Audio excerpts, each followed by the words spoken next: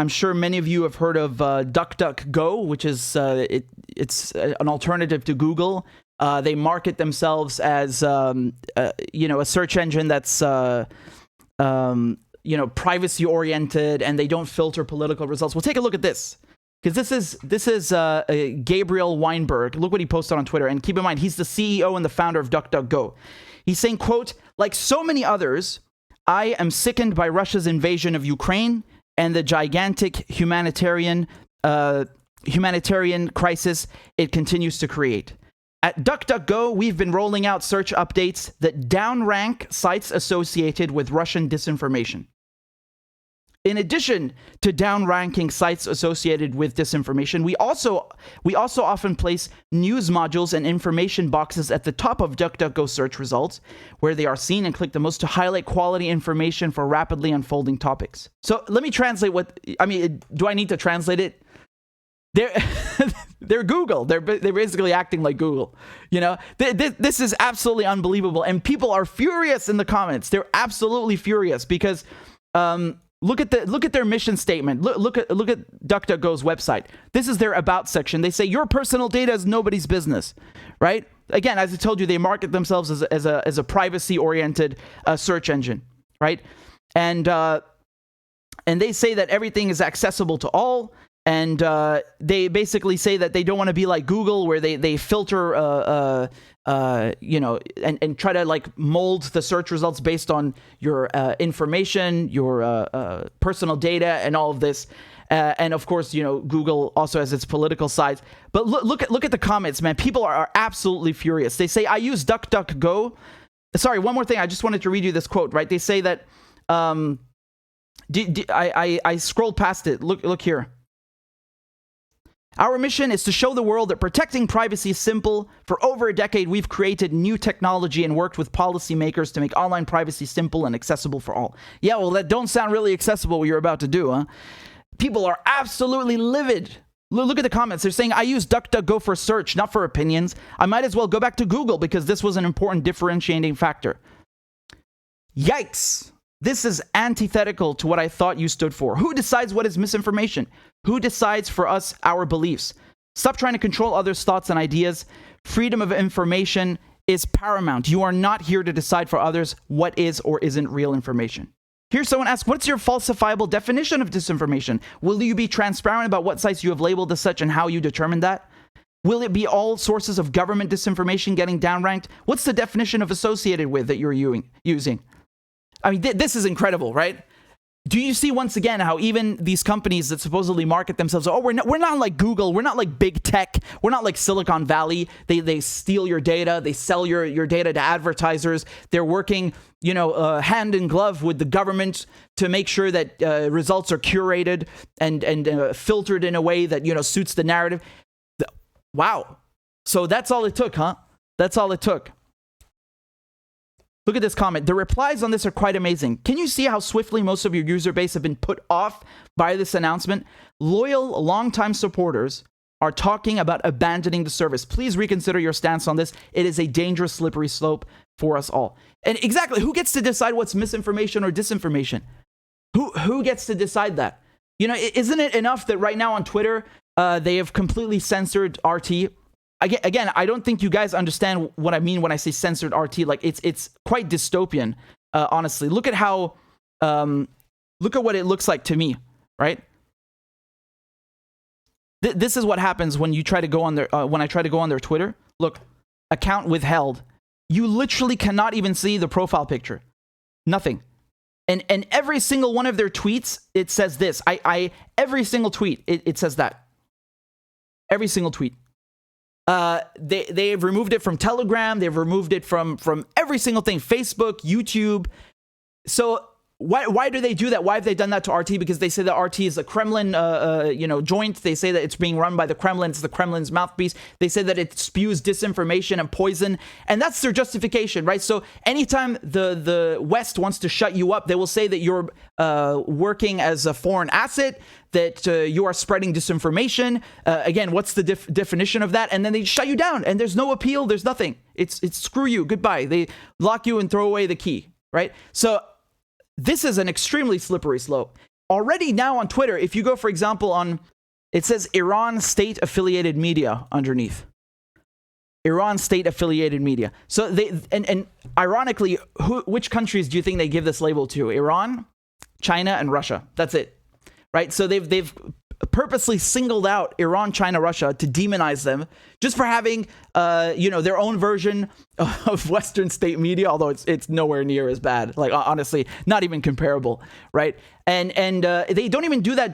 They don't just do that to actual state media or state affiliated. They've even done that to people who have literally nothing to do with the state, right? So this is used as a means to discredit people. So what is DuckDuckGo going to do? That's my point. Are they also going to start putting these labels to kind of dissuade people? Because the reality, the sad truth is that in the West, saying the word Iran or China or Russia, they have stigmatized these words. They have turned literally billions of people, right? Some of the largest countries on earth into pariahs. They've poisoned the minds of people in the West, of average everyday people, convincing them that Russia's evil and China's evil and Iran is evil and the people there are stupid and brainwashed and they can't think for themselves and they're fucking idiots and they're violent and they hate the West. This is the image that they poison people's minds with.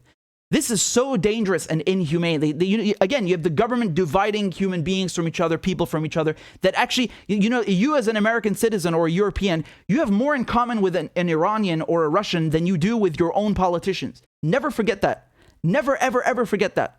Right? That's the thing. They want to divide people and make them hate each other, like people that have never been to Iran or to Russia and vice versa.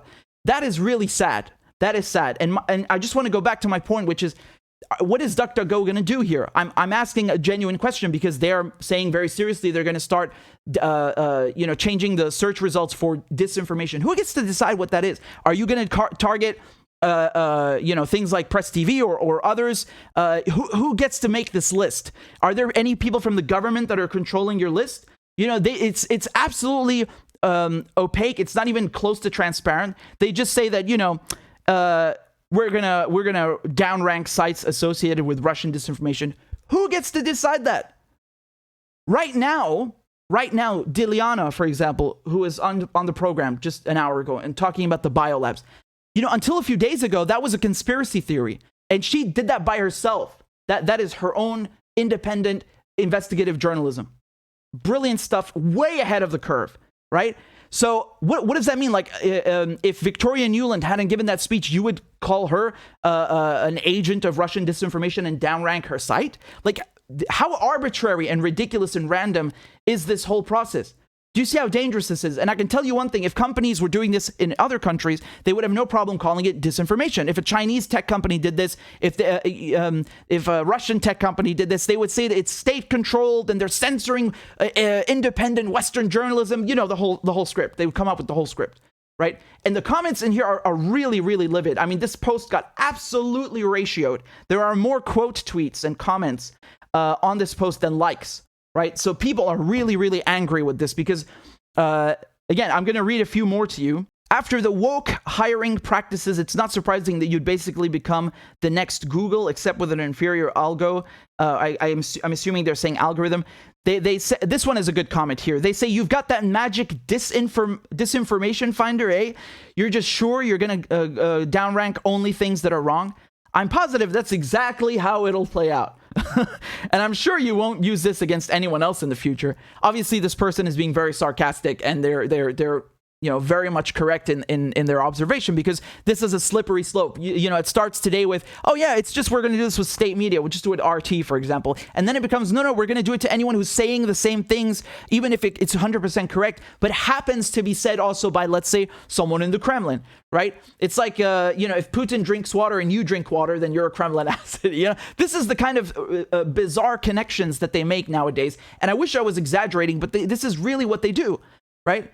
There's no more space for dissent. There's no more space for critical thinking. There's no more space for debate, for just addressing arguments. It's just name calling, banning, censoring. And this is exactly how liberals operate. And so honestly, I wouldn't be surprised if it's also the policymakers in Washington, D.C. who are applying pressure on companies like DuckDuckGo. I mean, think of it this way. If they can do that to Google, and they can do that to Facebook, and they can do that to Twitter, DuckDuckGo, I mean, sorry, they have nowhere near the same amount of resources and pull that Google has, right? So I'm not surprised that they're doing it to everyone, because I don't know. I really don't know if these companies like Twitter would have done this stuff if they weren't being constantly pressured by DC, like putting labels on people, you know?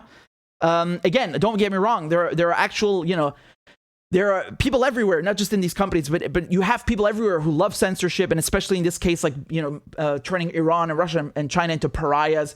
So I'm not saying like no one in these companies supports that. We can't know for sure. My point is, so you have pressure from DC. That is a fact. You have the government interfering in these tech companies. And again, it's not even limited to censorship and silencing dissent. If you look at, for example, the NSA's mass surveillance program, you remember this infamous graph where you have, you know, AOL, Yahoo, Microsoft, Skype, Google, Facebook, all of them cooperating with the National Security Agency to, you know, just collect data in bulk on their users, record their metadata and spy on them, just, you know, frankly, spy on them. So a lot of them cooperated willingly. Apple, you know, it's quite frightening. So we have a toxic mix here of propaganda about, you know, Russia being like the most evil thing in history. Let's ban Russian composers, Russian food, you name it. And then also, you know, liberals and neocons, neoconservatives taking advantage of this moment to do what they've always wanted to do, which is to shut down outlets like RT, to shut down anyone who it's not even a question of sympathizing with the Russians. It's just like common fucking sense. Like, if I show you a document that the CIA director, not the FSB or the KGB, the CIA director wrote, where he says that Russia views NATO expansion as a threat. That's not a fucking Kremlin talking point. That's the CIA director saying that. But they don't care. They don't want people to know this stuff, right? So they shut you down, they silence you, they attack you, they smear you, and here we are, where it's of course translating into the tech world, and it's nothing new, right? But it is kind of interesting to see a company like DuckDuckGo, which markets itself as, you know, a privacy-oriented and some kind of, we're an alternative to the corporate giants. No, not really. You're absolutely identical in this case. There's really no difference. And I've been meaning to do a segment on this a long time now. I'm just going to tell you right now. You guys know Proton Mail, right? Proton Mail, they market themselves, again, as some privacy-oriented company. They say that all the email is secure. Yes, it's secure, it's encrypted, and they're also in Switzerland, right? Here's the catch, because they tell you this company's in Switzerland, so it has unique privacy laws, and they won't they won't sell your data to advertisers like Google does. They won't comply with governments. It's a complete lie. You know why? Because a few months ago, the French police issued an arrest warrant for a climate protester, some teenager who skipped school to go on some climate protest, right? And because this guy had Proton Mail, they sent this court order to the Swiss, and then the Switzerland forced Proton Mail to hand over the user's IP address, and that's how they got him. So if all it takes is a fucking court order, you know, from a Five Eyes country. I mean, look at it this way: if France can do that, what do you think the Five Eyes countries can do? So I'm really concerned about this, because you have a lot of companies that are making money off of this idea that, you know, we are not like the other ones. We won't comply with governments. It's not true. It's absolutely not true. Your best bet is having an email provider on the moon or in Iran or Syria, because ain't no fucking way in hell they're going to comply with any European court order. And that's for real, you know? But yeah, anyway. That's something I wanted to talk about for a while. I just thought it's insane. They did that for a climate protester. A fucking climate protester. They're treating them like a terrorist with an arrest warrant. Can you imagine what they would do to journalists in the future, or people who are, you know, real dissenters? What do you think is going to happen then? Unbelievable. So just going back to this, let me read you some more of these comments underneath. Because I really feel that it relates to what's happening here. Not in the sense that it's about disinformation, but just that there are a lot of companies marketing themselves as privacy-oriented, and we're different from all of these NSA-compliant companies. Yeah, well, you know, at the end of the day, if they really want to, you know, they can definitely twist the arms of these companies. That's an unfortunate fact. Here's a comment from Adrian. Adrian says, to better compete against censors, big tech, you decided to be more censors, big tech, to be more like them. Yes, that does sound like a really smart idea. I'll take my business elsewhere then. Someone says here, as much as I support Ukraine in its fight against Russia, I don't like this. It should be up to the user to decide what is relevant. Search relevancy should have nothing to do with geopolitical issues like the war in Ukraine. Don't let the platform start selectively controlling. So honestly, man, there are thousands. I think it's in the tens of thousands of comments on this post, just destroying them. You know, and this tweet. So honestly, I'm not surprised because a lot of people, you know, had to make an effort to switch to DuckDuckGo. You know, again, sorry, but the search results are not as good as Google. That's just my personal opinion.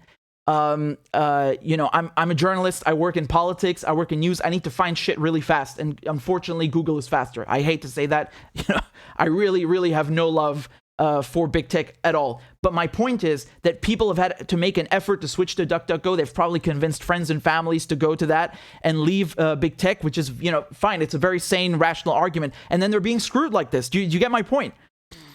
Really, I don't like that at all. I think that's very shady and it's really bad. That's a shame. It's censorship, but in a you know, veiled packaged in a different way. It's censorship. This is what censorship is, and there's no question about it.